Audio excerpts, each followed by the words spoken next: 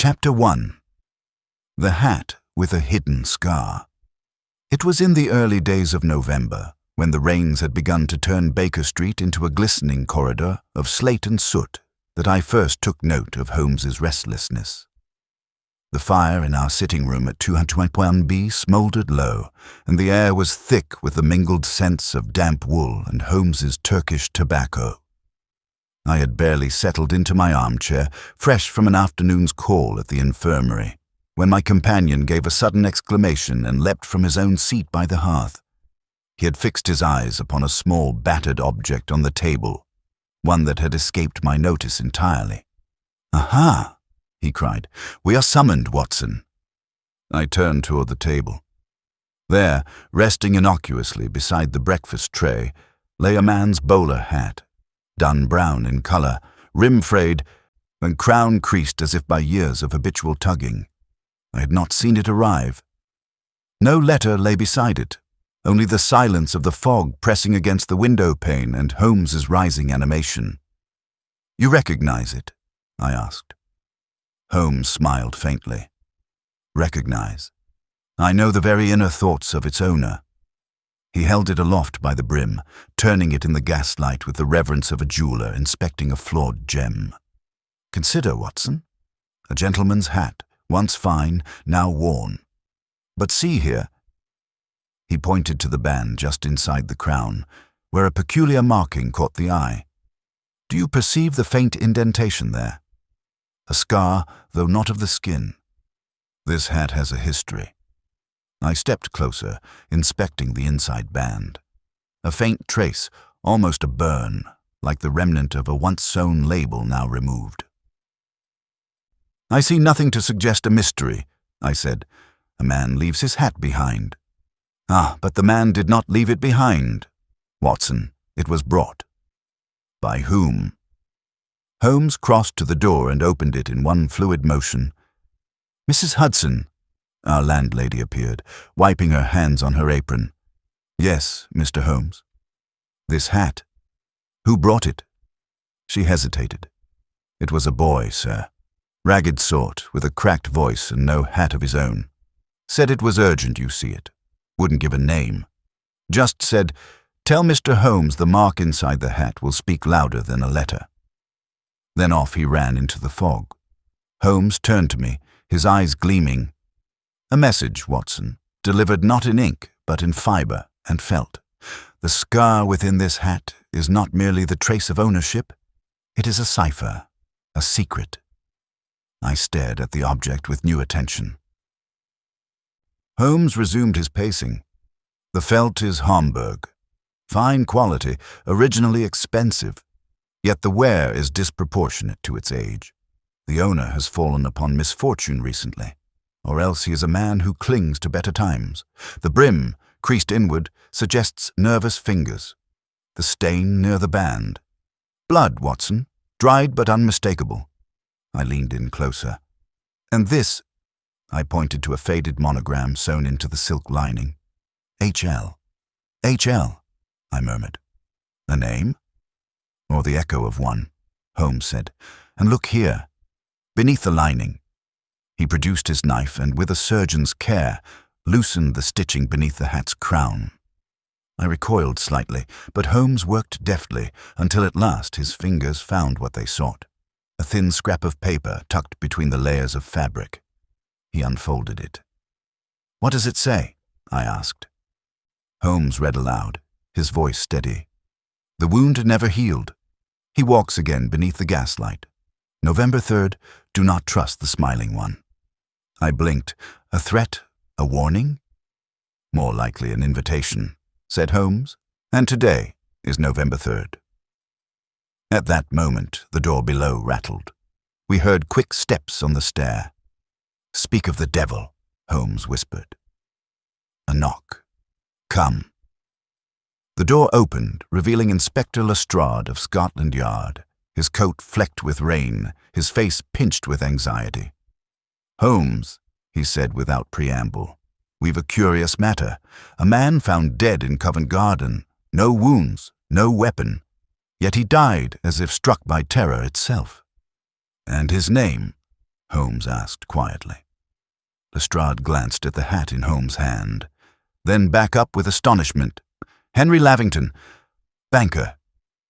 Found clutching his own hat, torn open as if he tried to destroy it before he died. Holmes offered the inspector a sardonic smile. I believe, Lestrade, you are about to learn the story of a hat that remembers what its owner wished forgotten. Watson looked from one man to the other, that old familiar feeling, excitement mingled with dread, rising within him. Holmes tapped the battered hat once more. The scar within the felt, he murmured, was not from time, but from guilt. And with that, the game began. Chapter 2. A Client of Shadows.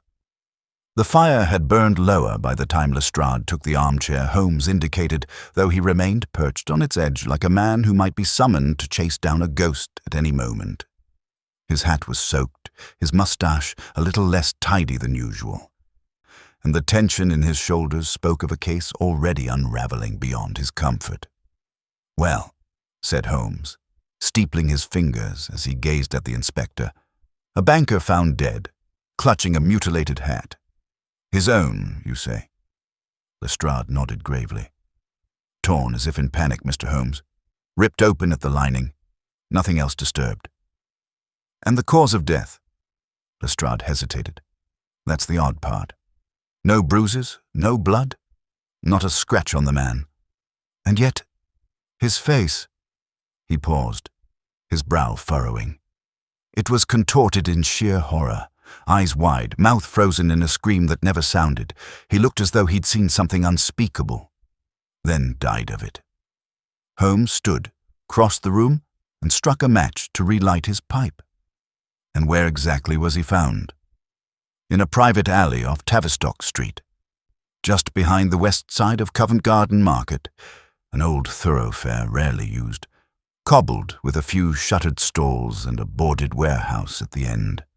A constable found the body at dawn, when the market boys were first setting up. Holmes turned slightly toward the hat still resting on the table. And no sign of forced entry, no struggle? None, Lestrade replied. The oddest thing, his gloves were tucked in his pocket, his overcoat unbuttoned, as if he weren't afraid of the cold. He was holding the hat in both hands when he fell, according to the physician. Watson, who had been quiet, now interjected. Was anything found on his person? Documents? Letters? A banker's wallet, untouched, Lestrade answered. Cards, cash, a silver pocket watch. Nothing taken, but no journal, no correspondence. His clerk said he left work early yesterday. Told them he had personal business in the city. Interesting, murmured Holmes. He turned to the fire, watching the flames dance for a long moment before speaking again. What do you know of Henry Lavington beyond his occupation? Not much, Lestrade admitted. 48, widower, no children. Employed by a firm in Lombard Street. Hale, Lavington and Birch. Well respected by all accounts. No record of enemies, debts or scandal. No living family. A cousin in Sussex, and an older sister somewhere in Yorkshire, but they've not spoken in years. Holmes raised his brow. Yet someone thought to deliver this. He gestured to the damaged hat. With a cryptic message, and sent it not to Scotland Yard, but to me. Lestrade shifted uncomfortably. Look, Holmes, I admit it's beyond the ordinary. The hat, the message, the manner of death. I'm not ashamed to ask for your assistance. You've got a nose for the strange. Holmes smiled faintly. Strange, Lestrade, is where the truth often hides. A knock at the downstairs door echoed faintly through the flat. They paused. Footsteps. Then Mrs. Hudson appeared at the threshold. A gentleman to see Mr. Holmes, she announced, her voice tentative. He says it's about the hat. Holmes rose at once. Send him in. Moments later, a figure stepped into the room. He was tall, gaunt, and immaculately dressed in a manner both elegant and outdated. Gloves of kid leather, a cloak of dark wool with a silver clasp, and a high collar that almost touched his jaw. His eyes, grey and watery, flicked from Lestrade to Watson, then settled on Holmes. "Mr. Holmes," he said, removing his gloves with slow, deliberate care, "I believe you've received a parcel meant for your particular attentions." Holmes motioned toward the hat. "Indeed. And you are?" The man hesitated. "A friend of Mr. Lavington." Watson leaned forward slightly. "May we have your name, sir?" The visitor hesitated once more. Then, with something between caution and regret, he replied, "Marchand. Julien Marchand. Mr. Lavington and I were acquainted during our time in Geneva." "Geneva?" Holmes repeated, his interest visibly piqued. "Yes. He studied finance. I was involved in matters of political philosophy." His gaze dropped momentarily to the hat, then back to Holmes. "I only learned this morning of his death. I came because I feared it would come to this." Holmes said nothing for a moment, letting the silence stretch. "And what is this, Mr. Marchand?" he finally asked. Marchand sat, uninvited but unchallenged, and spoke in a low tone. "That Henry Lavington's past would return, that some unfinished business, some secret we thought buried, might yet rise again. You must understand, Mr. Holmes, in Geneva there were associations, radical ones." Watson and Lestrade exchanged a glance. Holmes lit a fresh match. "You believe Mr. Lavington was murdered?" Marchand inhaled sharply. "Not in the way you think. Henry feared something. He wrote me weeks ago, said he'd seen someone from those days, someone he believed long dead." Holmes' match burned low in his fingers. He extinguished it with a snap. "And what did he see?" Marchand's eyes were troubled now. "A man, or someone wearing the man's face, smiling, always smiling, watching him from the shadows of the market. That was where we used to meet, in secret, all those years ago." "And the message in the hat?" Holmes asked. Marchand shook his head. "I never saw it, but the phrasing, it sounds like Henry. The wound never healed. That's how he spoke of what happened back then." Lestrade cleared his throat. "What exactly did happen?" Marchand hesitated once more, then softly, "There was a betrayal." He stood suddenly. "I shouldn't have come. I've already said too much, but if you value the truth, Mr. Holmes, you'll look not only at Henry's life in London, but at the ghosts he brought back with him." He turned, and before another question could be asked, he swept out the door with a swish of cloak and echo of boots on stair. Holmes, motionless, stared into the fire. "Watson," he said at last, "do you believe in men who wear the faces of the dead?" "I believe in disguises," I answered carefully. Holmes turned, a slow smile curling his lips. "Good, because I believe our killer may be wearing both." And with that, the room seemed to grow colder. Chapter 3. The Alley of Vanished Footsteps. The following morning dawned grey and breathless, with a mist clinging low across the rooftops like some ancient shroud reluctant to lift. Holmes and I departed Baker Street at first light, the streets of London still half asleep, vendors setting up their stalls with the lethargy of the cold season and the click of horses' hooves softened by the moisture underfoot. Lestrade had agreed to meet us directly at the site of the death, and it was there, in the narrow lane behind Covent Garden Market, that we found him waiting. Collar turned up, hands buried in his coat pockets, and a scowl etched deep between his brows. "Right on time, Mr. Holmes," he said, nodding as we approached. "They've cleared the body, but I instructed the constables to leave the scene untouched otherwise. Not much to go on, truth be told." Holmes made no reply but surveyed the alley with keen interest. The place had a damp, neglected feel to it, walls of soot-blackened brick closed in on either side, and faded posters peeled from wooden doors that had not opened in months. An iron lamp-post, its glass cracked, leaned slightly near the far end. The cobblestones were uneven, slick with moss and rain. No shop signs, no bustle, just a quiet corridor between two worlds. "This is not a place one stumbles into by accident," Holmes murmured. "Agreed," Lestrade said. Yet according to his office clerk, Lavington had never been seen here before. Watson drew his coat tighter. "And no witnesses?" "None willing to come forward," Lestrade replied. "This area clears out early. Most of the market workers pass through the main square." Holmes crouched near the center of the alley just beside a faded storm drain. "He fell here?" "Yes, flat on his back, eyes wide, mouth agape, hat clutched to his chest as though to shield himself." Holmes removed his gloves and ran a hand lightly over the cobblestones, fingers tracing a faint groove. "Remarkable," he said softly. "The body leaves no mark on the stone, yet something heavier than a man passed this way." I bent beside him. "You see something?" "Look here," Holmes gestured. "These indentations, barely perceptible, but they form a pattern, narrow, parallel, like tracks. And see how they vanish near the lamp post?" I leaned in. "Wheels?" "Possibly," he said. "But not from a cart, too narrow and too deliberate. Whatever moved here did so with purpose and precision." He stood again and walked slowly toward the lamp post. "Note the scarring on the post, fresh scrapes at waist height." Lestrade followed. "What do you make of that?" Holmes tapped the mark gently with his cane, as though something metallic had brushed against it, perhaps in haste, or perhaps something was secured here, briefly. I stepped back to observe the alley from its midpoint. "It has the feel of a trap, doesn't it? The way the walls close in. One could be led here." Holmes nodded. "Precisely." Just then, the wind shifted, and a new sound reached our ears, the faint squeal of hinges.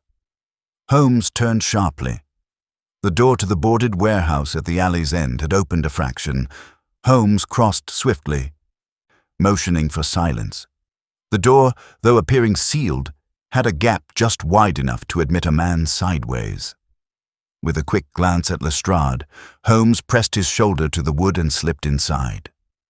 Watson and the inspector followed. Inside, dust hung thick in the air. Crates were stacked haphazardly along the walls, and a rotting tarpaulin covered what looked to be an old handcart.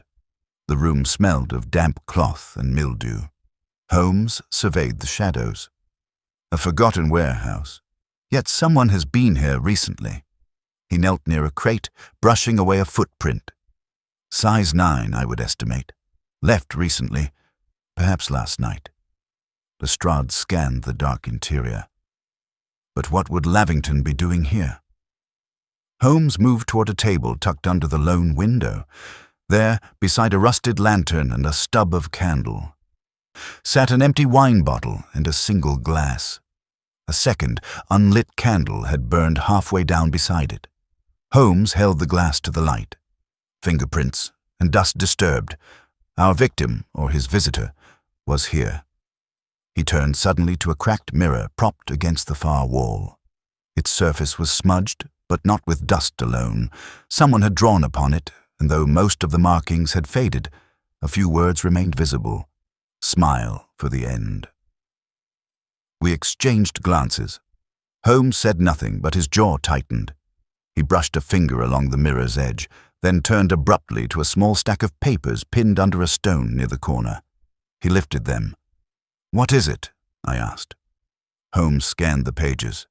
"Shipping schedules, Geneva to London, mostly from 1889. He held up one in particular. "Passenger manifest," he said. One name circled, Julien Marchand.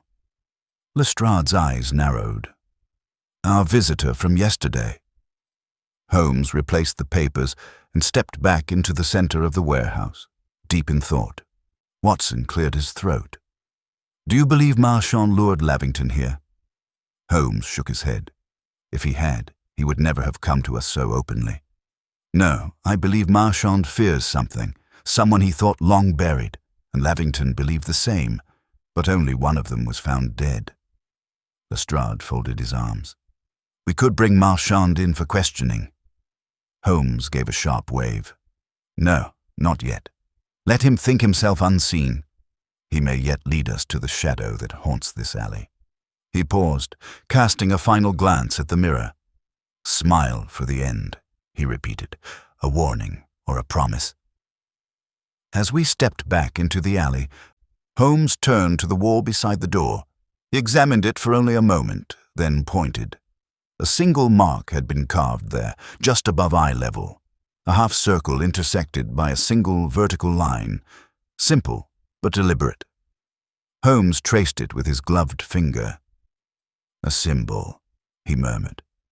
The same one used by the Société d'Argent Noir, the Silver Shadow Society. I stared. But that group dissolved in Switzerland nearly 2 decades ago. Holmes looked at me gravely. Some things, Watson, do not dissolve. They merely change form. And with that, he stepped into the swirling fog, the alley behind us empty once more, save for the silence of vanished footsteps. Chapter 4. Of Bankers and Brotherhoods. The carriage ride back to Baker Street passed in an uneasy quiet, broken only by the subdued clatter of wheels over damp stone. Holmes sat opposite me, chin resting lightly on his fingertips, his gaze unfocused, yet I knew better than to assume inattention. Behind those piercing eyes, his mind was, no doubt, spinning a web, drawing connections from dusty manifest sheets and cryptic mirror messages to symbols long buried in the history books. Only as we turned into Upper Baker Street did he speak, his voice low and even. Watson, what do you recall of the Société d'Argent Noir? I frowned. Very little. A defunct anarchist society, was it not? Based in Switzerland during the late 1870s? Holmes nodded. Correct. Known for symbolic violence, bombings, poisonings, but above all, the psychological aspect of their methods. They sought not merely to eliminate enemies, but to dismantle reputations, to create dread in silence. And Marchand was involved with them? By his own cryptic admission, yes. He used the word associations. Never a man to choose words idly, I think. I leaned forward. But what of Lavington? A banker seems an odd fit for such radical company. Holmes's eyes flashed. Indeed, unless one considers that in his younger years, Henry Lavington may not have been the man he became. People change, Watson. They shed their skins, but sometimes the old scars remain beneath. We arrived at Baker Street to find a package awaiting Holmes, a square parcel wrapped in brown paper and twine without stamp or label, delivered by unknown hand. Mrs. Hudson was visibly perturbed. It was just there on the doorstep, Mr. Holmes, she said. No one saw who left it. I didn't dare open it. Holmes examined it briefly before slicing it open with his letter opener. Inside, wrapped in silk and pressed between 2 sheets of waxed paper, lay a single photograph. He held it up to the window. 3 men stood in the image, arms loosely linked. All 3 wore dark coats and wide-brimmed hats. One, unmistakably, was a younger Henry Lavington. Another, I now recognized as Julien Marchand. The third, his face blurred by some smudge, was unknown. On the back of the photo, a message had been scrawled in red ink. One was silent. One was a traitor. One is still watching. Holmes handed me the image wordlessly. A chill passed over me as I turned the card again in my hand. Could the third man be the one who followed Lavington? The one he said wore a familiar face? Holmes walked to the fireplace and stood for a moment, the flames flickering against his features. I suspect, he said slowly, that Lavington knew exactly who the third man was and feared him more than he feared exposure, which makes me wonder what guilt he carried. Guilt sufficient to tear apart his own hat in terror. Lestrade arrived not an hour later, looking weary and unusually pale.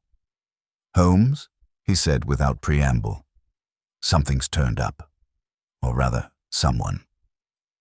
Holmes gestured for him to continue.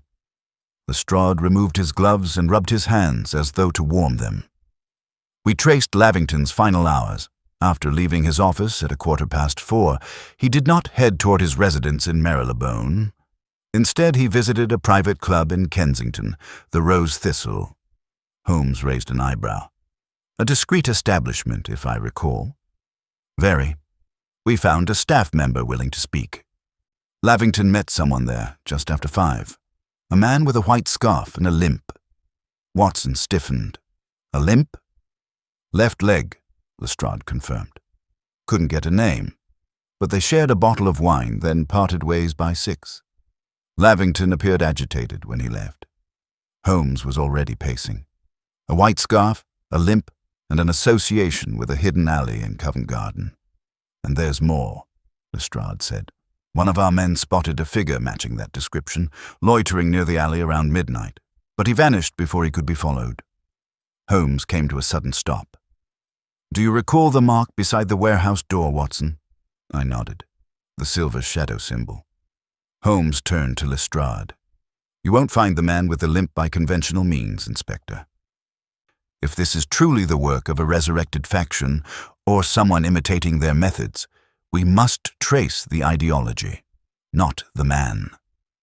Lestrade gave a grunt. That's all very well, but we've a dead banker, a second man with a secret past, and no hard evidence of murder. No, Holmes replied.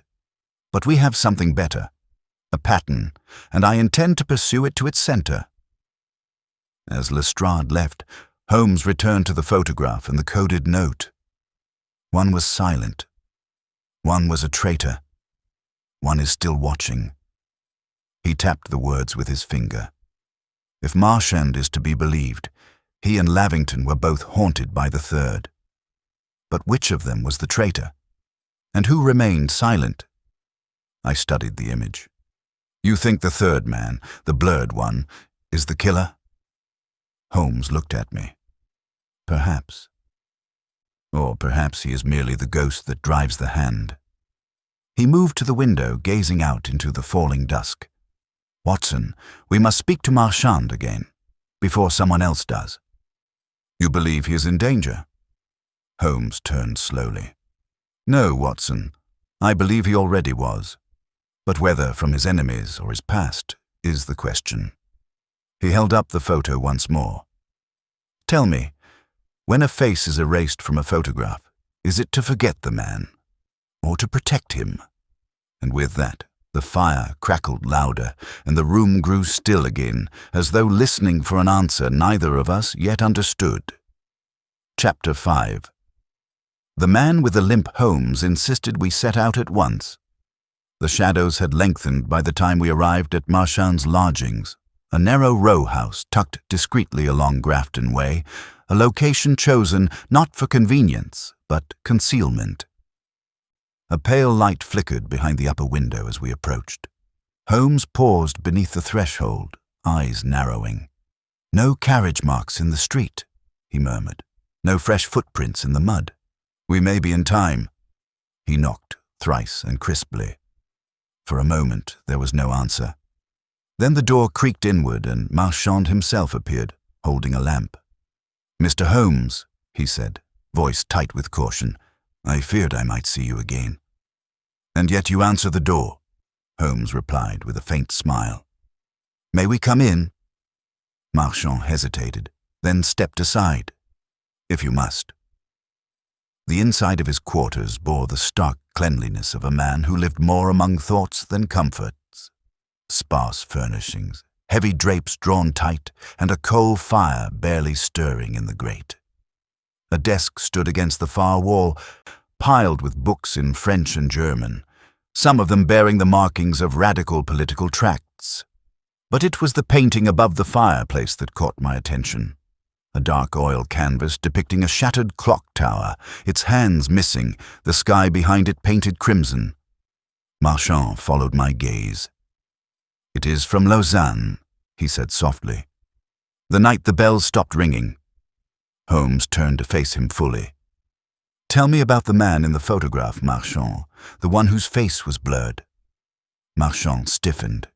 You found it then? We did, Holmes replied. And we intend to find him. Marchand crossed to the fireplace and poured himself a measure of brandy. His name was Émile Garnier, a man of conviction, once. Until fear changed him. And what role did he play in the society you and Lavington belonged to? Marchand's grip on the glass tightened. He was our mouthpiece, our symbol. He delivered our proclamations. But more than that, he was a manipulator.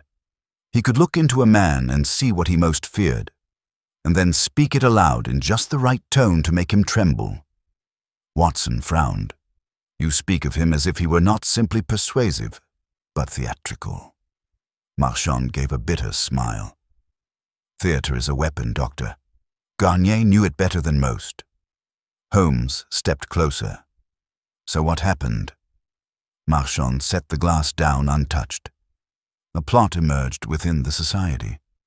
Garnier was implicated, though never proved. Lavington accused him of colluding with a rival faction. Money went missing. Names were leaked to the authorities. Garnier was betrayed. We never knew by whom, but the group fell apart soon after. Some were arrested, others disappeared. Lavington fled to England. I followed months later under a different name. And Garnier? Marchand looked at Holmes. Dead, or so we believed. Holmes nodded slowly. And yet Lavington claimed to have seen him again, watching, smiling. Marchand said nothing. Holmes turned to me. Watson, do you recall the mark on the wall in the alley? Of course. Holmes faced Marchand once more. Did that symbol of the silver shadow ever belong to Garnier? Marchand's expression tightened. He used it once, in a pamphlet. Only once. He called it the wound in the sun, said it represented the truth that hides behind light. And the man with the limp? Marchand flinched. Holmes saw it. You've seen him? Marchand swallowed. 2 nights ago, across the street from this house. I watched him for 10 minutes, unmoving. He didn't knock. He didn't come closer. He only smiled. Holmes's eyes narrowed. Left leg, dragging slightly? Yes. And the scarf? White, as snow. Holmes turned sharply toward the door. We're leaving, Watson. Marchand blinked. You think he'll come back? Holmes paused only long enough to say, No, I think he never left. Outside, the street was empty. A quiet hush had fallen, broken only by the rustle of leaves against shuttered windows. Then, from the far end of the row, we heard it. A soft scrape, like leather over stone. A figure detached from the shadows and began to walk away, his limp unmistakable. Holmes was already in pursuit, his coat flaring behind him. I followed close, though the man moved with uncanny swiftness for one so impaired. He turned into a narrow service lane beside a bakery, and by the time we reached it, he was gone. Holmes halted, scanning the darkness. A black iron gate stood at the alley's end, locked. No footprints, no sign of disturbance, only silence. I saw him, I said, still catching my breath. We both did. Holmes nodded, which is precisely what he intended. He bent down and retrieved something from the alley floor, an envelope weighted with a pebble. Inside was a single card. No name, no message. Only a faint watermark in the corner, the same half circle intersected by a line, and beneath it, in pressed ink, the second wound opens soon. Holmes folded the card and tucked it into his coat. He's playing a game, I said uneasily. Toying with us. Holmes looked up into the mist-filled night. No, Watson. He's issuing invitations. And somewhere beyond the fog, I could not shake the feeling that another hat, another man, had already been marked. Chapter 6.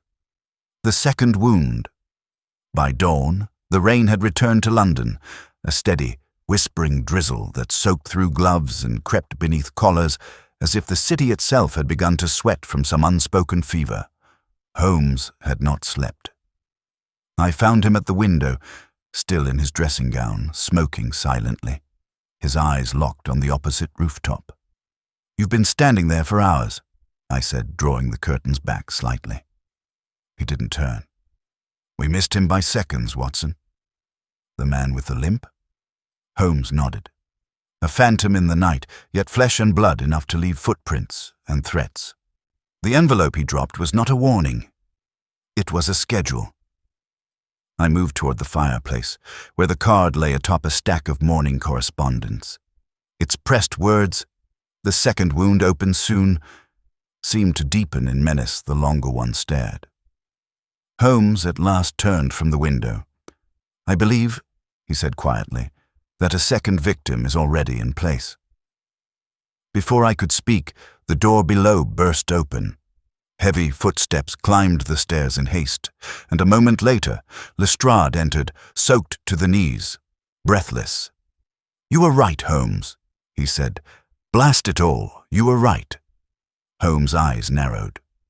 "Where?" "Cheapside, just after 6 this morning. Another body, same manner as Levington. No sign of struggle, dead with fear in his eyes." Holmes reached for his coat. "Name?" Lestrade hesitated. "Otto Reinherz." At that, Holmes stopped cold. He turned slowly, the expression on his face unreadable. Watson looked between them. "You know the name?" Holmes gave a small nod. "Another ghost from Geneva." Lestrade blinked. "Wait, you mean he was part of this anarchist lot too?" "Not a member," Holmes said grimly. "A patron, a financier. Reinherz funded radical circles across Europe. Quietly, of course. Never for ideology, always for leverage. It was said he kept letters, transcripts, blackmail material." "And now he's dead," Lestrade said. "Same signs as Lavington. No wounds.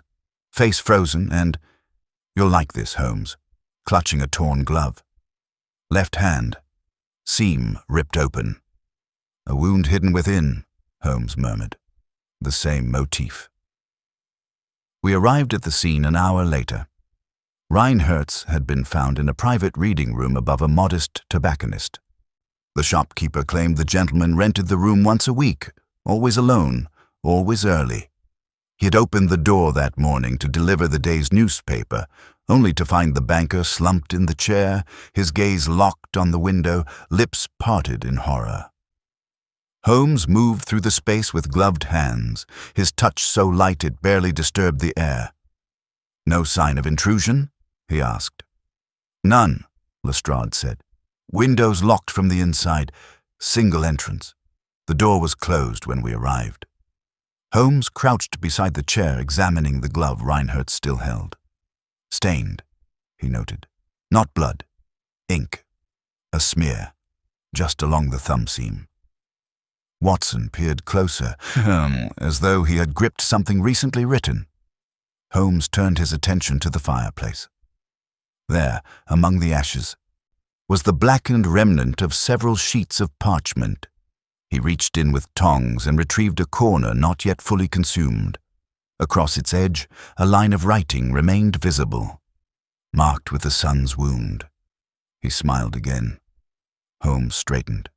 There was a message here. Reinherz tried to destroy it. Too late. Lestrade looked on, baffled. "So this fellow was threatened, and your phantom, what? Frightened him to death?" "Not frightened," Holmes said softly. "Exposed. Reinherz feared something returning, something from a time he believed buried." He crossed to the desk and opened a drawer. Inside lay a small book, leather-bound, unmarked. Holmes flipped through it quickly. He stopped at the back. "Watson," he said, holding the page toward me. There, written in a fine European hand, were 5 names. Lavington, Reinherz, Marchand, Sam, Garnier. 5 names, 4 men, 1 blank, a list, a ledger, or something else entirely. Lestrade whistled. He kept a record of them. Holmes frowned. Or he was trying to remember. Reinherz's mind was failing in recent years. A friend once told me his memory had become selective. Watson said, Then perhaps the question mark was for the blurred face in the photograph. Perhaps, Holmes replied, or perhaps the true mastermind has not yet entered the stage. He moved to the windowsill. Something had been scratched faintly into the wood, barely visible. A symbol, the half-circle and vertical line, the same again. Holmes's voice was calm. He was here. Garnier, or someone who wants us to believe it. But how did he enter? I asked. And leave? Holmes pointed to the fireplace. There's no flue, no smoke. This fire has not been lit in months. He approached the rear wall and examined the wainscoting. Reinhardt's had a habit of secrecy, he murmured. Then, with a push on the second panel from the left, the wall shifted, revealing a narrow passage behind the bookshelves, a forgotten stairwell descending into the dark. Lestrade peered down it. Where does it go? Holmes retrieved his lantern from the hall. To the past, Inspector. The three of us descended carefully. The air grew colder with each step. Dust clung thickly to the walls, undisturbed for years. Until now, and yet faint footprints marked the passage, barely visible, but recent. At the bottom, a rusted door opened into a disused wine cellar. Crates lined the far end, and a small table sat in the center, upon which lay a single candle, freshly extinguished. Holmes crossed to it. There, beside the wax, was another card. Same embossed watermark, same anonymous hand. This one read, 3 confessed, 1 recanted, the 4th must choose. Holmes stood motionless for several seconds. Then, the game has begun in earnest, Watson. Our adversary plays by rules we do not yet understand. Lestrade asked, do you still believe Garnier is alive? Holmes didn't answer at first. He turned the card in his hand, then looked at us both. I believe someone wants us to believe that. And as we climbed back toward the morning light, I couldn't help but wonder, not if the next name would appear, but whose it would be. Chapter 7. Faces in the Smoke. The cellar door groaned shut behind us, and we emerged into a London morning that felt stranger than any dream. The sun, pale and uncertain, filtered through the mist like an afterthought. And even the carriages seemed to move slower than usual, their drivers squinting warily through the fog. The city, to my mind, had begun to hold its breath. Holmes said nothing during the ride back to Baker Street. He kept the cryptic 4th card tucked in his palm, turning it occasionally as if trying to decipher not the words, but the pressure with which they'd been written.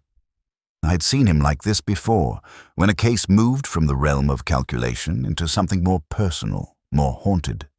And I knew better than to interrupt.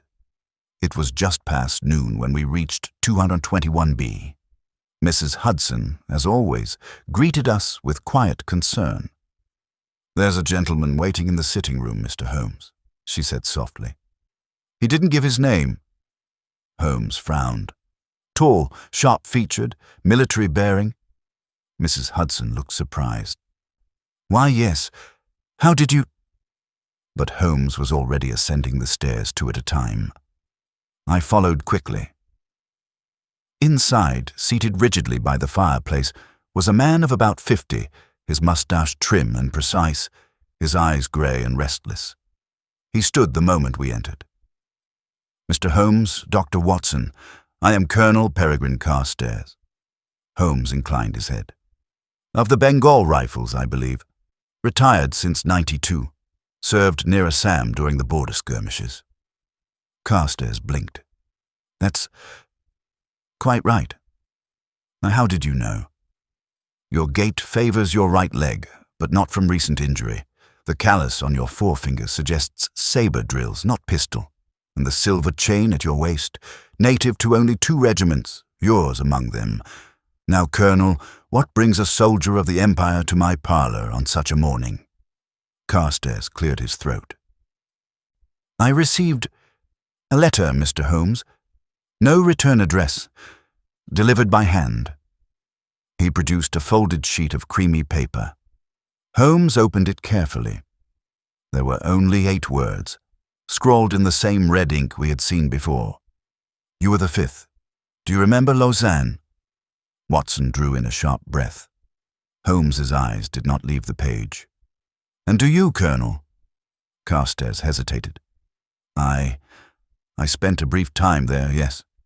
In 87, recuperating. I was not well. Holmes's voice remained soft. Recuperating from what exactly? The Colonel's gaze dropped. Drink. And melancholy. I fell in with a circle of radicals. Dilettantes, really. Marchand, Lavington, a few others whose names escape me, but not Garnier, Holmes said quietly. Carstairs' head snapped up. No, I never met him, only heard the name. He was a whisper more than a man, some idol they spoke of in reverent tones. A thinker, they said, a seer.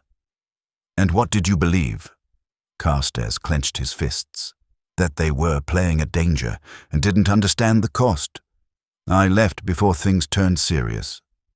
Or so I thought. Holmes gestured for him to sit. Colonel, 2 men from that circle are now dead under highly irregular circumstances. A third, Marchand, was nearly stalked in the same manner. And now you receive a letter suggesting you are the next name on a list. Carstairs nodded grimly. That is why I came. Holmes leaned back in his chair. Tell me, have you seen a man recently? Limping slightly. White scarf, possibly observing you from a distance. The Colonel's jaw worked silently for a moment. Yes, he said at last. Twice this week. I thought nothing of it until this letter arrived. Holmes tapped his fingers against the armrest. Then you will not return home. Carstairs frowned. What do you mean? I mean, said Holmes, standing, that you are being hunted, Colonel, as surely and methodically as Lavington and Reinhardt's were, and unlike them, we intend for you to stay alive. I looked at Holmes. You mean to use him as bait? Holmes gave me a wry look. No, Watson, I mean to use us as bait. We accompanied Carstairs back to his lodgings in Bloomsbury that afternoon. The apartment was modest but orderly, with a large oil painting of the Assam hills hanging over the hearth. Holmes inspected every door, every window, and even tapped the floorboards for hidden entryways. At last, satisfied, he sat beside the Colonel. We'll remain out of sight, Holmes said. Watson and I will keep to the spare room. If our visitor is watching, and I believe he is, he must think you alone and unaware. And what do I do? Carstairs asked. Holmes smiled thinly. Nothing, Colonel. Simply sit by the fire, perhaps leaf through a book, and wait. That evening fell like a shroud, thick and quiet. From the spare room, Holmes and I watched through a slit in the curtain.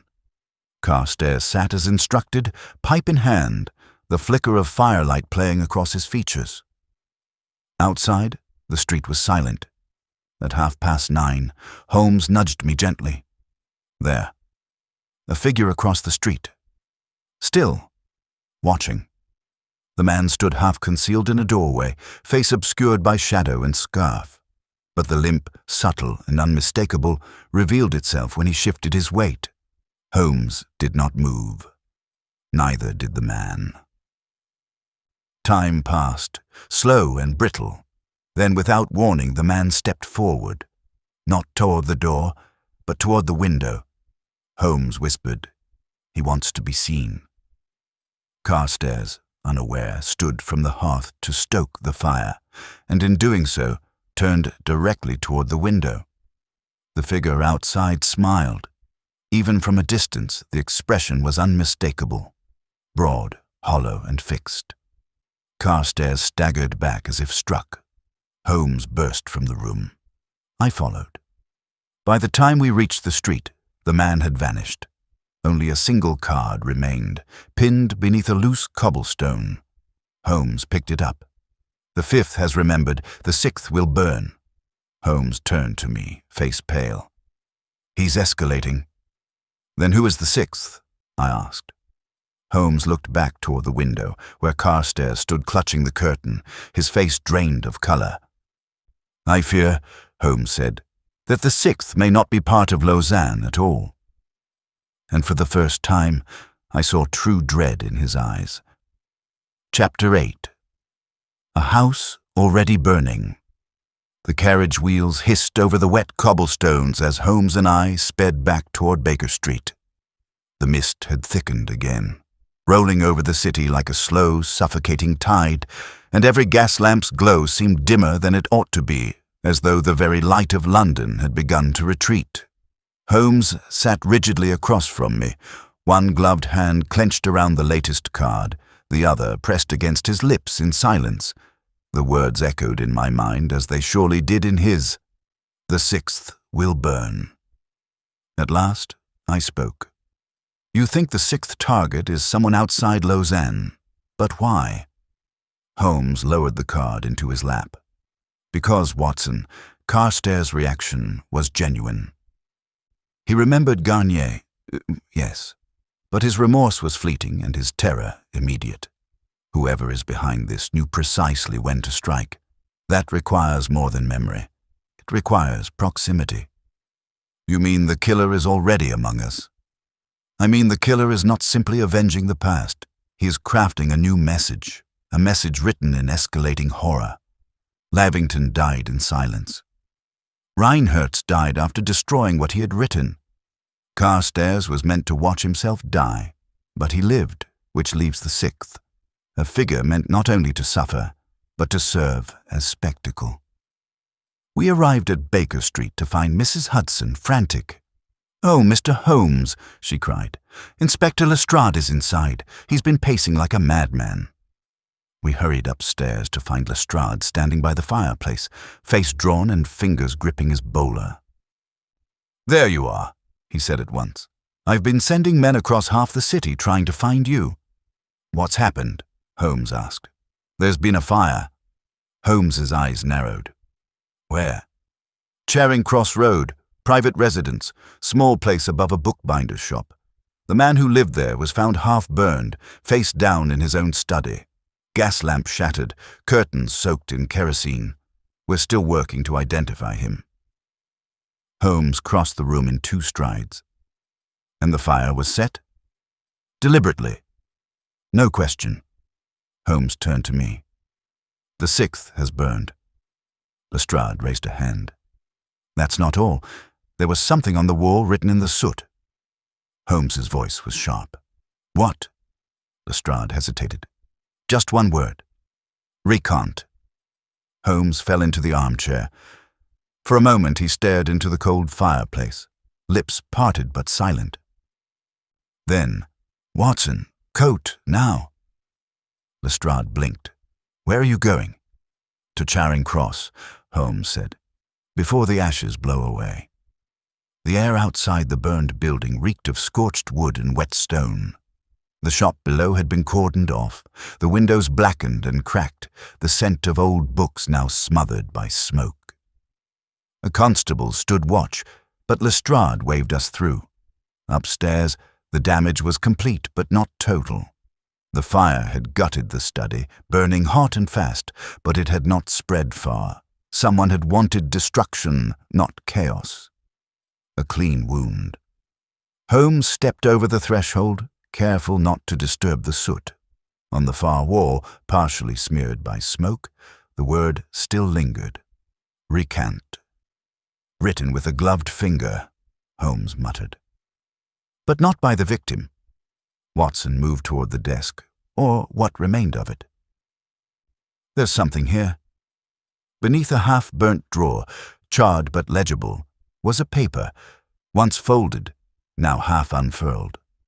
Holmes used his cane to nudge it out. I read it aloud. "To live in fear is to live in chains." I told him I would not bow. That was my final word. No name signed it. Holmes stepped back. This was not Garnier's doing. Lestrade blinked. "What?" Holmes turned. This man resisted. He was warned, perhaps approached, and chose to defy the invitation. That is why he was made to burn. The others were executed with precision. But this, he gestured at the scorched floor. This was theater. Punishment. Lestrade rubbed his temple. But who was he? A voice from the hallway answered. I can tell you. We turned. A thin, stooped man with ink-stained fingers and spectacles stood in the doorway, escorted by a constable. I'm Martin Kilshaw, he said. I rented the space below. I knew the gentleman upstairs. Name of Aldous Merrow. Rare book collector. Used to correspond with some academic societies on the continent. Did he ever mention Lausanne? Holmes asked. Kilshaw looked puzzled. Not to me. But he did mention fear. Said someone had come asking about a manuscript, something he hadn't seen in years. Asked if I'd heard of a man with a limp. Lestrade grimaced. And when was that?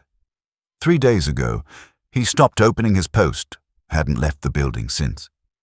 Holmes's face was unreadable. A scholar, he murmured. A man who refused to bow. Watson stepped closer. Then the 6th wasn't a direct member of the circle. Just a loose end. Someone with knowledge. Holmes nodded. And now a warning to the rest. He turned suddenly. Kilshaw, did Merrow receive any visitors this week? The bookseller hesitated. Only one. A tall man. Wore gloves. Moved strangely. Limping, I think. Came up the back stairwell. Left within 10 minutes. Holmes turned to Lestrade. The killer walked through the smoke. What do you mean? Kilshaw, Holmes said. Could you smell kerosene before the fire? The man blinked. Now that you mention it. Yes. Faintly. I thought it was cleaning fluid. Holmes's voice turned grim. The killer primed the room days ago, waited, watched, then returned to strike at the moment of refusal. Lestrade looked shaken. This one wasn't just revenge. No, Holmes replied. It was a declaration. As we stepped back into the rain, Holmes paused at the door and looked skyward. The 7th is already chosen, he said quietly. I asked, and do we know who it is?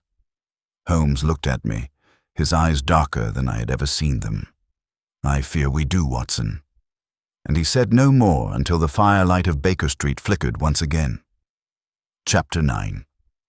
The name in the margin. The storm that night was unrelenting. Rain pelted the windows of 221B Baker Street with a ceaseless, metallic urgency, as though London itself were attempting to drown some rising dread in the streets. Holmes sat hunched in his armchair, unmoving but not idle.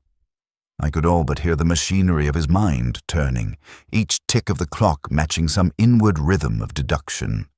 He had not spoken since we returned from Charing Cross, nor touched the supper Mrs. Hudson nervously placed on the tray beside him. He simply sat with his hands pressed together beneath his chin, eyes half-lidded. The soot-written word recant still echoing in the room like a bell tolling in a distant cathedral. At last he stirred. Watson, he said, do you recall the ledger in Reinhardt's study? Of course. 5 names. 1 left blank. Holmes nodded. And do you recall the word written beside each? I thought back. Yes. Beside Marchand. Survived. Lavington. Fled. Reinhardt's. Held. Garnier, only a dash. And the blank line. Holmes rose suddenly, crossing to the shelf where the page now lay among our case documents. He spread it out, tapped the margin. See here, a faint indentation. Ink was used, then scraped off. A name once written, then removed. Do you believe the 6th name was recorded there? I believe, Holmes replied, that Merrow's name may once have appeared there. And I believe it was removed not by him, but by Reinhardt's. Watson blinked. You mean Reinhardt's was trying to shield him? Holmes looked grim. He owed him something, perhaps for a silence once bought, or a betrayal once forgiven, but the attempt at erasure was too late. He turned, walking toward the fire. And now the 7th name has taken its place. I hesitated before asking, do you know who it is? Holmes stared into the flames. No. but I know how to find out." A knock at the door interrupted us. Mrs. Hudson appeared, pale and flustered. "Another package, Mr. Holmes. No sender. Left on the doorstep." Again. Holmes took it without a word. It was a long, narrow envelope, sealed in red wax. Inside was a single page, typed this time. A list survived. Marchand fled, Lavington held, Reinhertz erased, Merrow shaken, Carstairs burned. At the bottom, in a different typeface, was the final line. "The next must witness." Holmes turned it toward me. He is shifting tactics again. The spectacle must now be seen. I said, "But by whom?" Holmes stepped toward his desk, retrieving a stack of old correspondence he had kept from his dealings with the Home Office. He flipped through until he found what he was looking for, a personal letter from Julian Marchand, dated some 3 years prior. "Watson," he said, "take a look at this paragraph." I read aloud. There was one among us who never spoke aloud. She remained at the margins of every conversation, but her pen was sharper than Garnier's tongue. When the society finally crumbled, she disappeared without trace. I always suspected she was never truly one of us, but something darker. A recorder. A witness. "A woman?" I asked. Holmes nodded. Marchand never mentioned her name. But I recall one now, only faintly from the files of the Parisian Sûreté, a copyist who vanished after an explosion in 1887. A Miss Celeste de Fourier. "Could she be the 7th?" I asked. "Or the catalyst for the 7th, Holmes murmured. "The one Garnier, if it is Garnier, is saving for the climax." There was a pause. Then Holmes turned suddenly. "Get your coat, Watson." "Where are we going?" "To Marchand. He has withheld something, and we no longer have the luxury of silence." We found Marchand at his rooms on Grafton Way. The door was ajar. No sign of struggle, but the air was wrong. Too still. Holmes pushed the door open and entered first, his eyes scanning everything at once. "Marchand?" I called. No answer. Then, movement. A figure hunched at the writing desk. Marchand turned toward us, startled, eyes red-rimmed. "Holmes, I didn't hear you." Holmes stepped forward. "Because you weren't meant to. You've been writing, haven't you?" Marchand's hand covered a page. "Only notes." Holmes moved swiftly, plucking the sheet from beneath his fingers. It was a letter, addressed to Celeste D. Holmes read aloud. "You watched us then. Will you watch us again? He's drawing you out, forcing the spiral to close. I told them nothing, I swear it." Marchand stood. "I was going to send it tomorrow." Holmes stared at him. "You lied to me, Marchand. There were not 5 members, there were 6. She was the archivist, the silent soul who wrote your doctrines, recorded your confessions, and now, the man who haunts us all is trying to pull her into the open, to make her witness what he becomes." Marchand's face was pale. "I didn't know where she was." No one did. "But someone does," Holmes said. "And you're the bait." Suddenly, the window shattered. A stone flew into the room, striking the wall. Holmes rushed to it, but the street was empty. On the stone was tied another card. Holmes untied it. The words were short. "Let her see the 7th fall. The 8th will not need eyes." Watson stepped back, shaken. "Good Lord, he's counting forward." Holmes closed the curtain. "Which means the 7th is already in motion. We have no time." He turned to Marchand. "Where would she hide?" Marchand answered softly. "Where the dead go to be unspoken. Clerkenwell. There's a print shop. Abandoned. She once called it the echo of her mind." Holmes nodded. "Then we go to the echo, before it becomes a tomb." And in the driving rain, we left, the list of the fallen growing longer with every step. Chapter 10. The Echo in Clerkenwell. It was nearing midnight when we arrived in Clerkenwell. The old quarter was eerily silent, its narrow alleys echoing with the occasional gust of wind and the creaking of shuttered windows. Beneath the orange flicker of the gas lamps, even the puddles seemed darker, as if stained by something deeper than rain. Holmes moved quickly, his steps sure despite the slick cobbles, and his eyes scanning each doorway and iron gate as though following an invisible trail. I hurried to match his pace, my revolver tucked close beneath my coat. Marchand trailed behind us, quieter than before. As if returning to this place had stirred something buried within. "You're certain she came here?" I asked. "She would not wait for Garnier to find her," Holmes replied. "Not if she understands the game as well as I suspect she does. And if she's already gone, then we find what she left behind." The print shop was tucked between a blacksmith's yard and a long deserted butcher's stall. Its sign had long since worn away, and the windows were covered with thick grime. A faint symbol had been carved into the lintel above the door, a crescent moon split by a vertical stroke. Holmes noted it immediately. "She was here." He tried the handle. Locked. Marchand stepped forward, reaching into his coat. "She once gave me a key," he said softly. The door clicked open. Inside, the air was heavy with dust and old ink. Iron presses loomed in the dark like petrified beasts, their gears long stiff with rust. A lantern hung from a hook near the entrance, and Holmes lit it carefully, its warm light spreading across scattered paper and broken drawers. "She called this her echo," Marchand murmured. "She said truth was only real when printed and buried." Holmes moved methodically, passing between the presses, eyes flitting over every surface. "Watson, check the back room. Marchand, stay by the door." I stepped through the narrow archway that led to what must once have been an office. A cot had been set up in the corner, with a blanket folded neatly at its foot. The fireplace was unused, but a small stove nearby still held the faint smell of burned tea leaves. On the desk sat a closed book, leather-bound with no title. I called to Holmes, who arrived swiftly. He examined the book, then opened it. Inside were columns of names, dozens, perhaps hundreds, each carefully inscribed by hand. Most were crossed out in red. Holmes flipped through until he found a name near the end. Celeste de Fourier.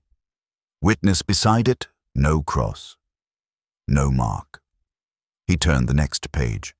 There was only one line, written in heavy strokes. To see the 7th is to understand the 8th. A creak came from the front of the shop. Marchand called out, "There's something—" A crash. Holmes blew out the lantern instantly. We dropped into darkness. "Back," he whispered. "Watson, cover him." I pressed myself against the door frame, pistol drawn. Holmes moved like a shadow, hugging the wall. Marchand's silhouette had vanished from the entryway. Another sound, the faint scrape of a boot, then silence again. Holmes reached the threshold and peeked out. The door was swinging slowly. Marchand was gone. Holmes lit a match and scanned the floor. Muddy prints led toward the street, but another set, older, had entered through the side window. Smaller, lighter. A woman's. "She was here," Holmes said. "But someone else arrived first." I stepped out behind him. The wind had picked up again and the rain came in sheets. A folded paper lay on the steps. Holmes picked it up, opened it. Inside was a photograph. Sepia, water-damaged. It showed a young woman in a dark coat, standing before the very presses we had just seen. Celeste. On the back, someone had written, "She refused the role. He chose another." Holmes's voice was grim. "She's no longer the 7th. What does it mean?" "It means Garnier has rewritten the narrative. The 7th will not witness. The 7th will fall." We turned to leave, when the sound came again. Not from outside, but below. A muffled bang. Then a faint groan. Holmes rushed toward a trap door near the rear wall. It had been hidden beneath a rug, partially pried open. He flung it back. A narrow stair descended into darkness. We followed the sound, torch in hand, into a cramped cellar lined with old paper reels and discarded type. And there, bound and gagged behind a stack of broken crates, lay Marchand. Holmes cut the ropes swiftly. The Frenchman gasped, dazed. He was here, he stammered. Said I had served my purpose, that the seventh had changed. Holmes steadied him. Did he say who the seventh is? Marchand nodded, eyes wide with dread. Yes. He said it would be the one who thinks he's already dead. Watson stared. What does that mean? Holmes turned away. I know who it is, he said softly. Watson stepped closer. Who? Holmes looked up the stairwell. Lestrade. And in that moment, I felt a chill not born of the storm. Chapter 11. A game. Within the yard, we found Lestrade at Scotland Yard just before dawn. The sky was still bruised with night, the lamps flickering against the fog that coiled through the arches of Whitehall like a sleeping serpent. Inside, the inspector sat hunched at his desk, a half-drained cup of tea before him, his brow furrowed in the bleak light of the oil lamp. He looked up as we entered, weariness written into every line of his face. Holmes, Dr. Watson. Another early ghost, is it? Holmes closed the door behind us, his expression unreadable. I fear it may be you this time, Lestrade. The inspector blinked. Come again. Holmes approached slowly, the way one might approach a man standing at the edge of a cliff. The killer, he said quietly, has chosen his next victim, the seventh, and he left us a message. Cryptic, as always, the one who thinks he's already dead. Lestrade stared at him. And you think that's me? Holmes nodded. You're not a man easily shaken, but you carry the burden of every case that slipped through your fingers. You've spoken more than once of the cost of failure, of how justice, when delayed, can feel like murder by another name. The inspector gave a short, humorless laugh. If that's all it takes to qualify, you'd have half the yard in peril. No, Holmes said, only you, because Garnier, or whoever this man is, has been following the threads we unravel. Every step, every deduction, he is watching, and you, Lestrade, represent the final lever. You have authority, and therefore you are his stage. Lestrade stood, his voice low. You're saying he's going to kill me as a message to the yard?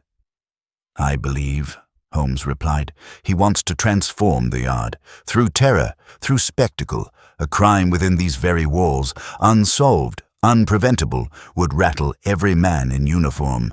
You are the symbol he needs. Watson interjected, and he means to make Lestrade a witness and a victim in one. The inspector paced to the far window. Outside, the sun had begun to claw its way through the fog, casting pale beams over the embankment. Why not strike already, then? Lestrade asked. He had me followed once. We know that. If he's ready, what's he waiting for? Holmes tapped the desk. He's waiting for your moment of doubt, for the precise instant when your faith in your work fractures. That's how he builds his spectacle, through psychology, not brute force. Lestrade turned. Then we deny him the moment. Holmes gave a thin smile. Exactly. We must move you out of his sight, while keeping the illusion that you remain vulnerable. The inspector nodded slowly. A decoy. Holmes reached into his coat and pulled out a folded map. There's a safe house in Lambeth. Old friend of mine keeps a place under a different name. You'll go there tonight under escort. Watson and I will remain here. The killer expects to find you alone, perhaps at home or in your office. When he comes to confirm the spectacle, we will be waiting. Lestrade hesitated. And what if he never comes? Then we plan again, Holmes said. But I believe he will, because his messages have grown bold. He no longer operates from fear, but from momentum. He must act, or his illusion collapses. Lestrade gave a short nod. I'll pack, but I'll be damned if I go quietly. Of course not, Holmes said, already turning. Let him hear the theatre creak before the curtain rises. That evening we set the trap. Holmes arranged Lestrade's office precisely as it had been, hat on the hook, coat on the chair, papers on the desk. A decoy constable stood guard at the front entrance, while a second team circled the perimeter in plain clothes. Holmes and I waited in the small records room adjoining the office, accessible only through a false panel installed long ago when Scotland Yard had housed sensitive military correspondence. It was cramped and dimly lit, with barely enough space for two grown men to stand without brushing elbows. Yet Holmes remained as composed as ever, his eyes fixed on a narrow slit in the wall through which the inspector's office was visible. Time passed. The gas lamps outside guttered in the breeze. The building fell into silence, broken only by the ticking of the ornate wall clock Lestrade had kept for years. Then, at 10 minutes past midnight, a sound. Not footsteps, not keys, a scratching. Holmes motioned to silence. We both listened, a soft, rhythmic scrape against the window pane. The office window. Holmes leaned closer to the slit. A figure was visible now, cloaked, hat drawn low. Limping slightly, he moved with purpose but without hurry. He carried something beneath his arm, something rectangular and flat. A box. Holmes whispered, "He's delivering the scene." The figure paused, glancing once toward the hallway. Then, with deft hands, he produced a small, folded card and placed it gently on Lestrade's desk. He did not open the box. Instead, he moved to the bookshelf. Holmes's eyes widened. He's planting evidence, creating a new narrative. Suddenly, the office door burst open. "Yard!" barked a voice. But the figure was gone before the constables could cross the threshold. Only the window hung ajar. Holmes and I rushed in. The card on the desk was addressed to Holmes. He opened it. Inside, typed in black ink, "You protect a corpse. I seek to resurrect something greater. Let the eighth speak with fire." Holmes stared at the card. "It's no longer a hunt, Watson. It's a sermon." I moved to the bookshelf. One of the volumes had been disturbed, a false book hiding a folded sheet of parchment. Holmes took it and unfolded it. It was an invitation, ornate, in French. Banquet of the Shadows, La Société d'Argent Noir, Lausanne. Reform. The date was 3 days from now. The location, a long-abandoned theatre in Whitechapel. Holmes looked at me with something I had never quite seen in his expression. Doubt. "Watson," he said quietly, "we are not merely playing his game. We are in his script." And the next act was already being rehearsed. Chapter 12. The Theatre That Never Closed. The invitation sat between us like a curse. Its paper was aged but firm, pressed with a wax seal embossed in the shape of a crescent moon and vertical blade, the mark of the old silver shadow. The words within, though courteous in their formal French, pulsed with a venomous undertone. "To Mr. Sherlock Holmes, your presence is anticipated at the banquet of the shadows, where truth may be witnessed and falsehood laid bare. 3 days hence. Theatre Écorché. Midnight." Beneath that, no signature, only the phrase we had seen before, now emblazoned like a closing line, "Let the eighth speak with fire." Holmes had said nothing for several minutes. His fingers drummed the tabletop slowly, methodically, as his gaze moved across the invitation, then to the card left in Lestrade's office, and finally to the box the intruder had not opened, still sealed and untouched by the constables who had found it. He finally broke the silence. "Watson, you recall the term écorché?" I nodded. An anatomical figure, a flayed man, often used in artists' studies. Holmes's voice dropped. "It is also a metaphor, used in old revolutionary circles to refer to exposure of internal rot, the stripping of skin to reveal the truth beneath." He turned to the sealed box. "Do you suppose," he said, "that this particular theatre ever truly closed? We opened it together. Inside lay an old playbill, faded red ink on yellowed parchment. The heading read, Théâtre écorché, La mort douce, by Émile Garnier. Holmes's brow furrowed. Garnier authored this. I scanned the page. No actors listed. No venue details. Just a date. November 5th, 1888. Holmes looked at me. The night of the Lausanne disappearance. A moment passed. Holmes rose and stepped to the window, gazing over the rooftops. It was never just revenge. He has crafted a performance. Each death, a scene. Each clue, a line of dialogue. And now the final act begins. With a stage. A theater of the dead. I stood beside him. But why invite you? He turned. Because he needs an audience, not to see him, to see the reveal. You remember what he said, the eighth will speak with fire. You think he'll target another? No, Holmes said, voice quiet. I think the eighth is me. A silence fell between us. But there was no time for dread. The next morning, we returned to Scotland Yard. Lestrade, though safely hidden in Lambeth, had left a standing order to cooperate fully with Holmes's investigation.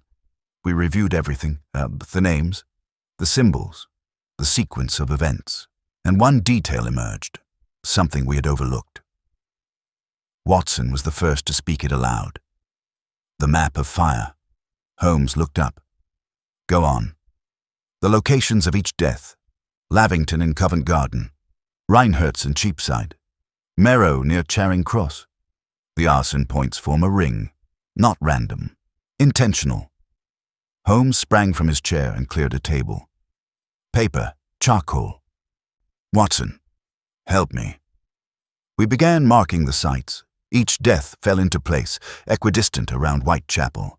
And at the center, Theatre Écorché, Holmes said. He built a circle of smoke, a sigil of his own making.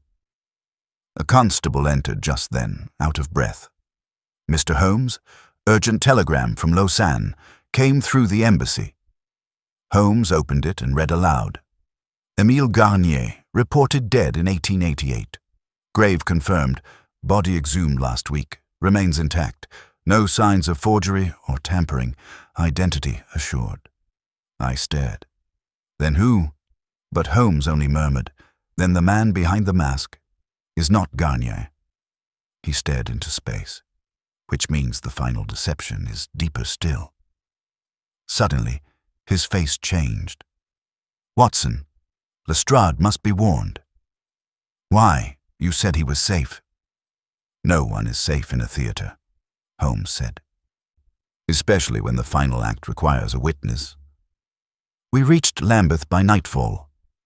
The safe house, a disused vicarage set among overgrown hedges, stood quiet. A single lamp burned in the parlor window, but as we approached, the front door creaked open. Holmes entered first. Lestrade? No answer. A kettle still boiled in the hearth. Papers on the table fluttered in the draught. Watson stepped toward the fireplace and froze. Pinned to the mantel was a card. Witnesses must sometimes walk ahead of the flame. Holmes tore it free. He's taken him. The room was otherwise untouched.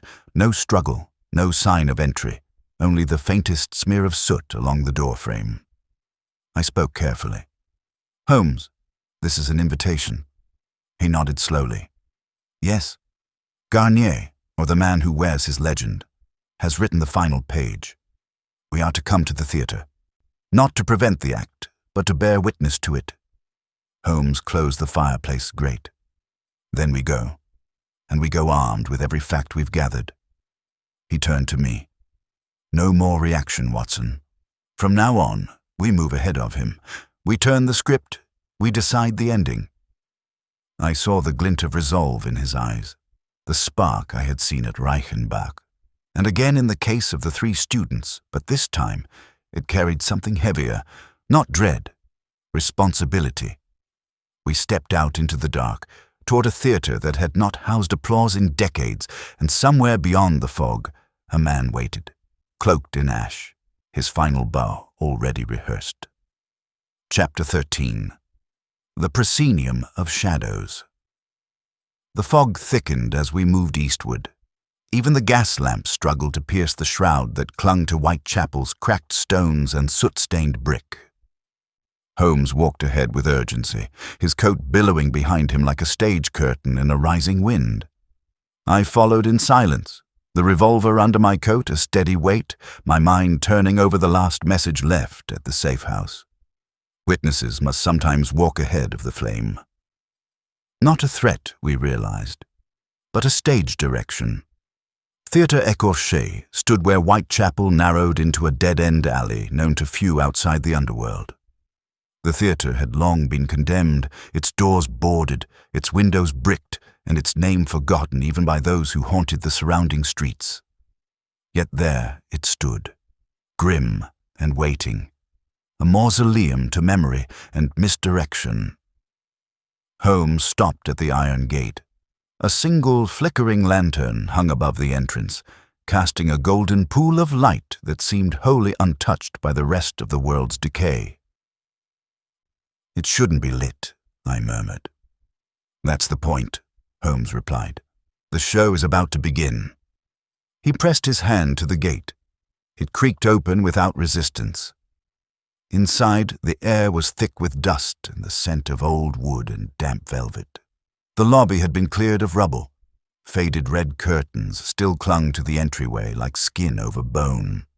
Posters lined the wall, reproductions of the same mock performance title, La Mort Douce, Émile Garnier. Holmes examined the ink. "Fresh," he whispered. "Printed within the last week." We passed into the theatre proper, and there it was, the stage. Candlelight shimmered across its warped boards. A single chair stood center stage. Above it, the rafters hung heavy with ropes and shadows. The velvet curtain had been drawn halfway, creating a frame around the solitary chair. It was a portrait of expectation. Rows of rotting seats lined the house, but one was different, clean, polished, reserved. A folded card rested on its armrest. Holmes picked it up. "For the detective. Observe.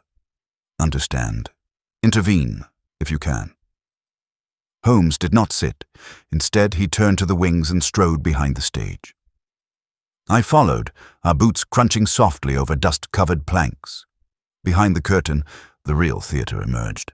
A desk, a mirror, costumes hanging from rusted hooks, old props, daggers dulled by time, a skull missing its jaw, pages of an unfinished script pinned to the wall. In the corner, a figure sat bound and blindfolded. Lestrade. Holmes rushed forward, cutting the ropes and removing the gag. The inspector coughed, drawing breath in painful gasps. He drugged me, moved me like luggage. Said I was the soul of Act 7. Holmes steadied him. "You're not his finale, Lestrade. You're his misdirection."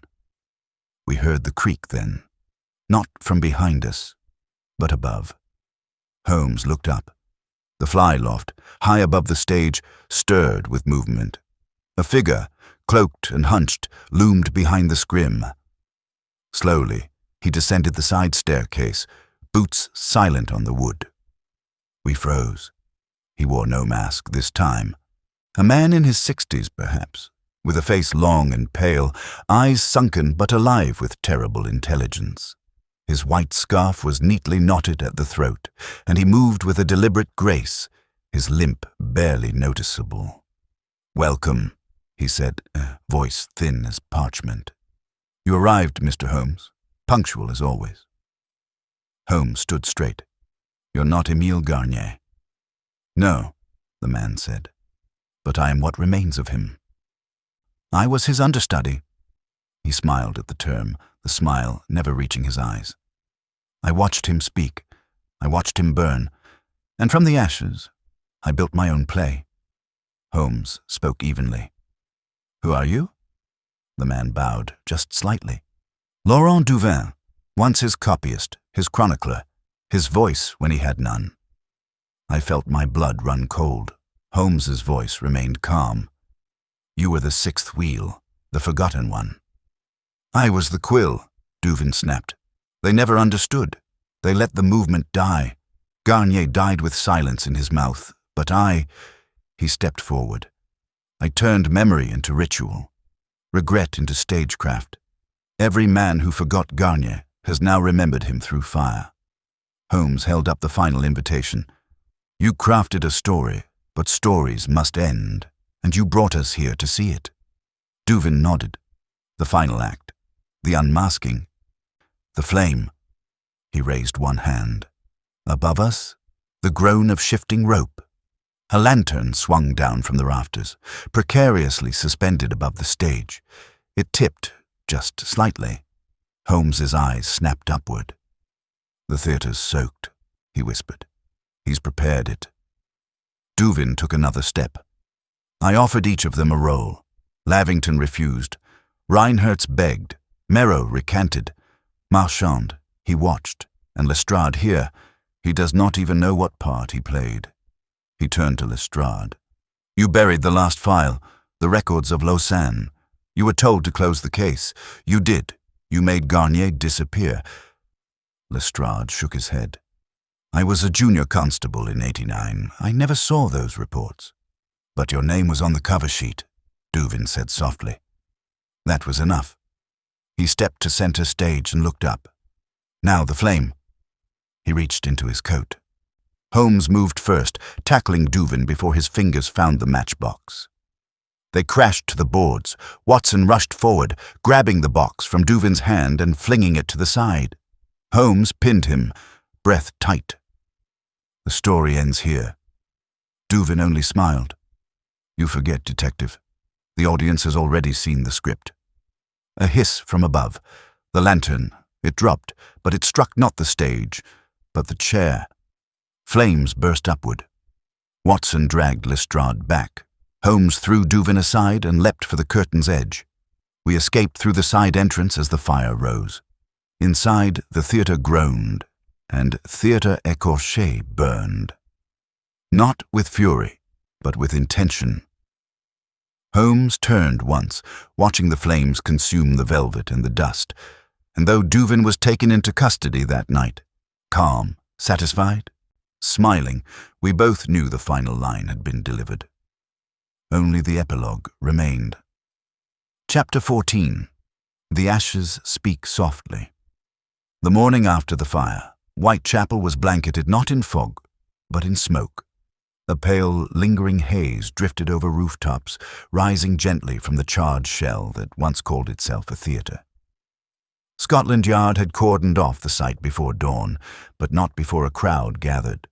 Locals, vagrants, and the curious, their faces turned to the wreckage with a mixture of awe and unease, as though they had witnessed not a blaze, but a reckoning. Holmes and I stood across the street, silent. I wonder, I murmured, if it was ever truly a performance. Holmes replied without looking away. To him, it was the only thing that ever was. Laurent Duvin had been taken into custody mere hours earlier. We had left him at the yard in Lestrade's hands, his demeanor serene as though he had merely conducted a rehearsal. He offered no resistance, no apology, only a single phrase, spoken as he was led away. It was never about the flame, it was about the reflection in it. Now, Holmes watched the dying embers of the theatre that had carried that reflection for decades. I shall miss it in a way, he said, his tone oddly neutral. I turned to him. Miss it? He exhaled through his nose, thin as steam. Not the man, not the madness, but the structure of it all. Duvin's method was architectural. He crafted something ghastly with meticulous discipline. To unravel it was to step into a mind shaped like a spiral staircase, one you could only descend. He paused. But we've reached the bottom, Watson, and there's nothing beneath it but ash. We made our way to the yard shortly thereafter. Duvin had been placed in a secure holding room, the windows shuttered, his effects taken for examination. Lestrade, now recovered and more grim than ever, greeted us with a short nod. He hasn't said a word since he arrived, just sits there, staring at his hands.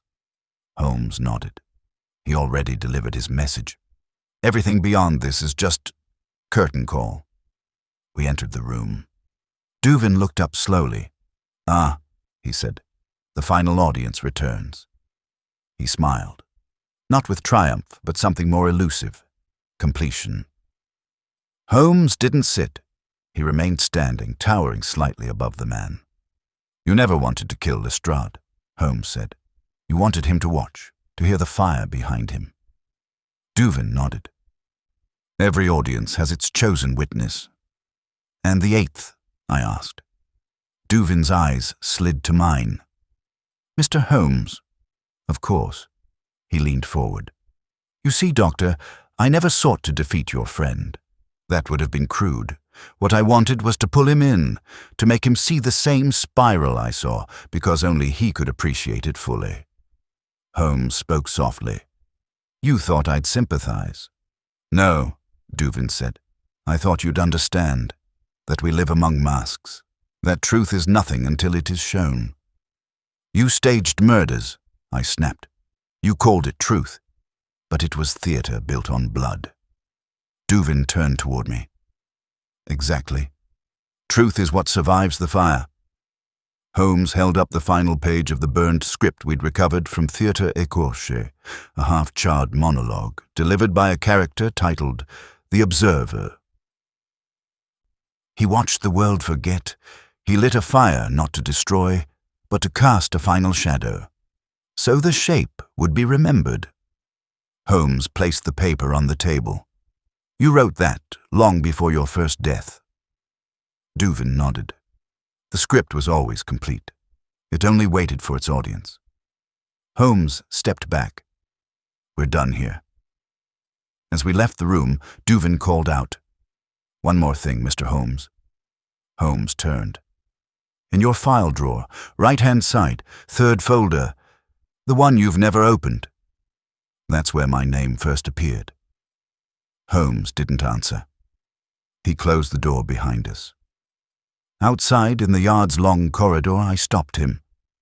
What did he mean? Holmes said nothing for a moment. Then, in a voice I had not heard from him in years, "He was once a suspect. In Paris. A quiet man with ink on his hands, and no reason to be dangerous. I dismissed him." He looked at me. "That was before I understood how men like Duvin write their crimes before they commit them." We returned to Baker Street that evening.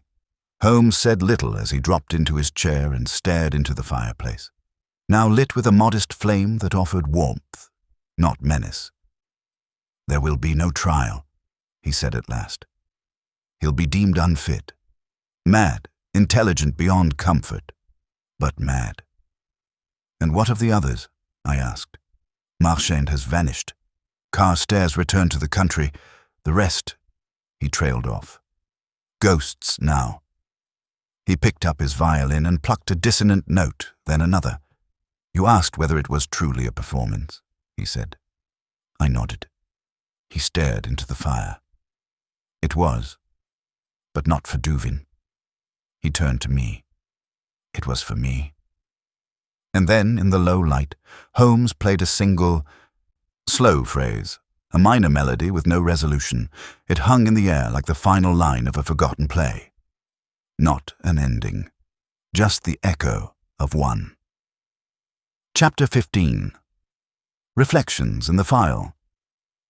Drawer for 2 days, Holmes did not speak of the case.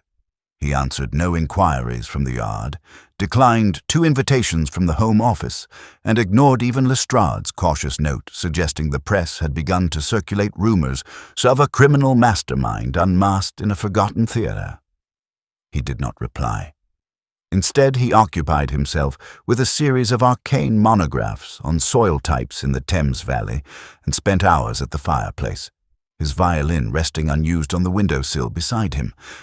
The flat was quieter than usual, as though both man and walls were processing something too large to name. On the 3rd evening, as I returned from my rounds at the infirmary, I found him in the study, not slumped in his chair as I had expected, but standing by the bureau. The lower drawer was open, and in his hand He held a folder thick with notes, correspondence, and yellowing clippings. He didn't turn as I entered. "It was there, Watson," he said, "just as Duvin claimed." I shut the door behind me. "The third folder?" He nodded. "A profile from the Paris Sûreté, 1884, a man named Laurent Duvin. Occupation, copyist. Association, fringe anarchist circles, known for transcribing pamphlets and archiving minutes for dissident salons." Holmes turned, and I could see the paper in his hand tremble just slightly. I remember it. I recall reviewing it briefly while investigating an unrelated incident in Montmartre. It struck me as unremarkable. A footnote. A name without a stage. "You couldn't have known," I said gently. "I should have," he replied. He placed the paper on the table. I prided myself on observing the hidden, on recognizing not just actions, but the possibility of them, and yet here was a man whose genius was not in what he did, but what he waited to become.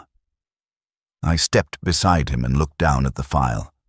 Atop it was a photograph, a grainy image from an old cafe gathering, 6 men and 1 woman.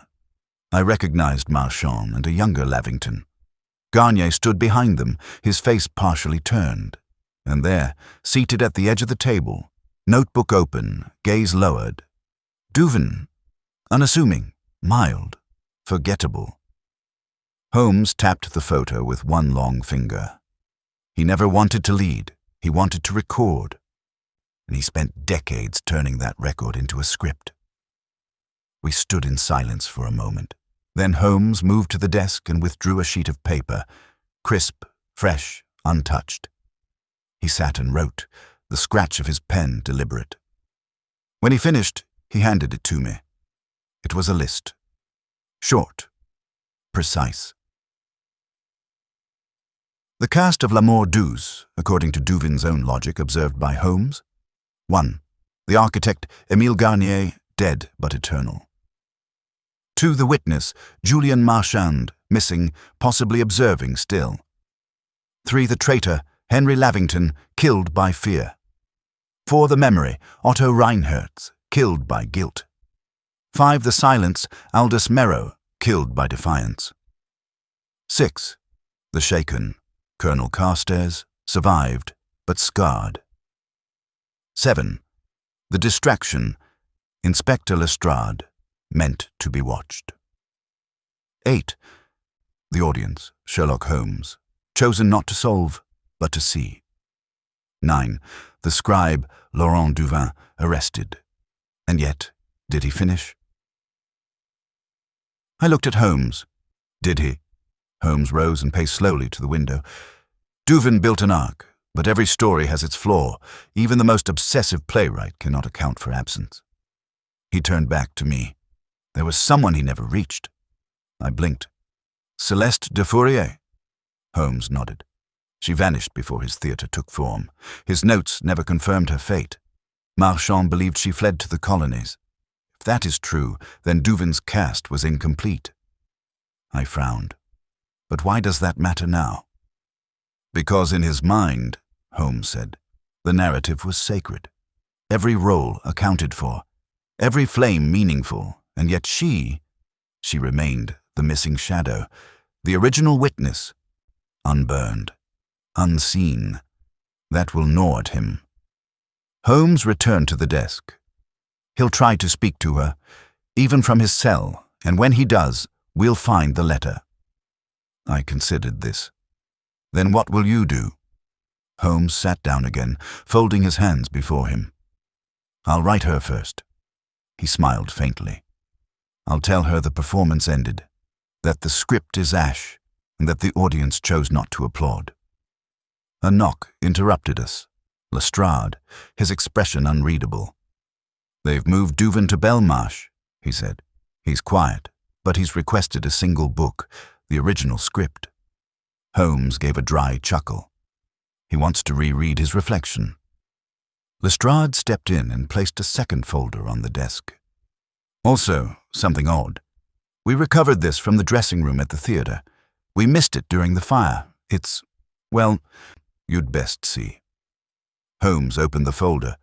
Inside was a letter addressed not to him, nor to any of the victims, but to me, Dr. John H. Watson, Observer. Companion, Chronicler. It read, "You wrote the detective into history. I wrote him into the stage. We are not so different, Doctor, you and I. But your pages ended with truth. Mine demanded fire. May your memory of him remain clean, but never forget. Every mask needs a mirror." I folded the letter slowly. Holmes said nothing, but I saw his shoulders rise slightly, then fall. We sat in silence. Not grief, not triumph, but understanding. The fire had burned. The curtain had fallen, and the stage at last was quiet. Chapter 16. The Curtain That Does Not Fall. It was on a wind-bitten Sunday morning, 3 days after the encounter on Mirror Street, that I found Holmes once again seated before the hearth. The folio lay unopened beside him, its seal still unbroken. He had not touched it since his return, yet his eyes never seemed to leave it, as if the parchment itself were breathing. "Have you read it?" I asked softly. Holmes gave a faint shake of the head, not in the way she meant it to be read. He rose, took the manuscript in his hands, and placed it gently upon the desk between us. Then, in an action uncharacteristic of him, he reached into the drawer and withdrew the case files, those bound pages of ash and sorrow, names etched in blood and fear. "All along," he said, "we believed Duvin was staging Garnier's legacy, that he sought to revive La Mort Douce and to punish the ghosts who left it unfinished. But it was never Garnier's truth he was preserving. It was his own." Holmes opened the folio at last. Inside were not pages of dialogue or stage directions. There were no props, no cues, no cast lists, only a single sheet, handwritten in a bold and unfaltering script. "This is not a play. It is a mirror." Beneath it, a second paper. Torn, smudged with soot. It was Garnier's final note. Holmes had seen it before. Years ago, buried in the Paris file. But this time, the handwriting bore a correction. A final line had been added, clearly by Duvin, years later, in a different hand. "And he who tries to direct the mirror will only shatter himself within it." Holmes laid the two sheets side by side. "Watson," he said slowly, "we've mistaken the genre. This wasn't a tragedy. It was a confession, but not of guilt, of identity." I leaned forward.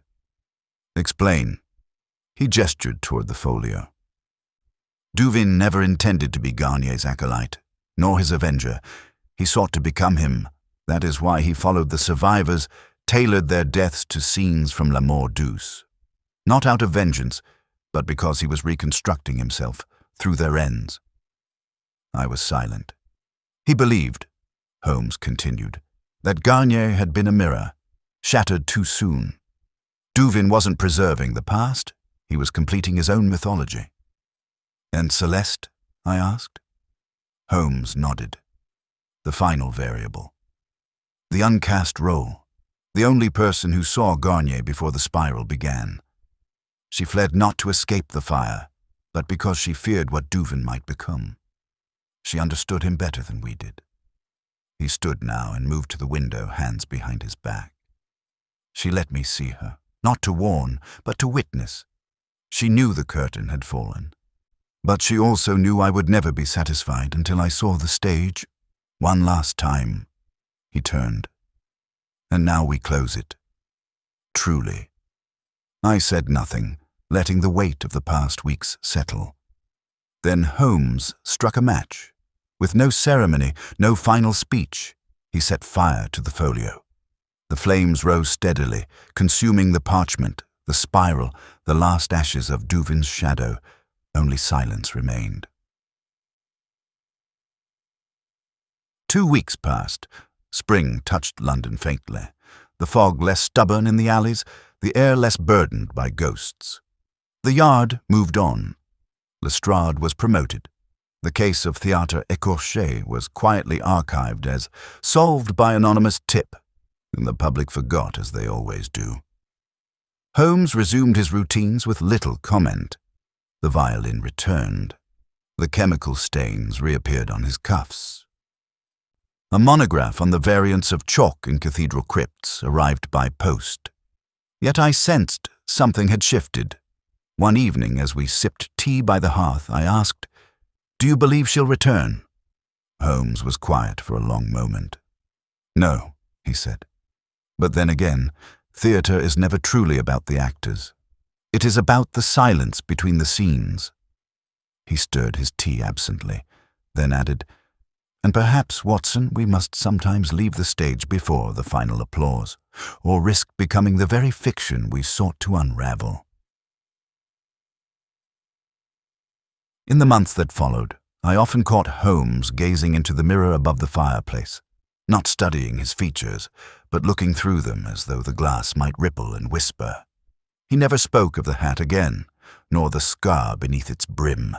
But once, just once, I found him at the desk with pen in hand, drafting a title on a blank page, "The Case of the Curtain That Refused to Fall." He never finished it. And perhaps that too was the point.